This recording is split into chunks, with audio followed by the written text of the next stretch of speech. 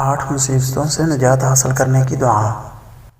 حضرت انس بن مالک رضی اللہ تعالیٰ عنہ سے روایت ہے کہ نبی کریم صلی اللہ علیہ وسلم بکثرت یہ دعا پڑھا کرتے تھے: اللہم انی اعوذ بک من الہم والحزن والعجز والکسل والبخل والجبن وضلع الدین وغلبۃ الرجال۔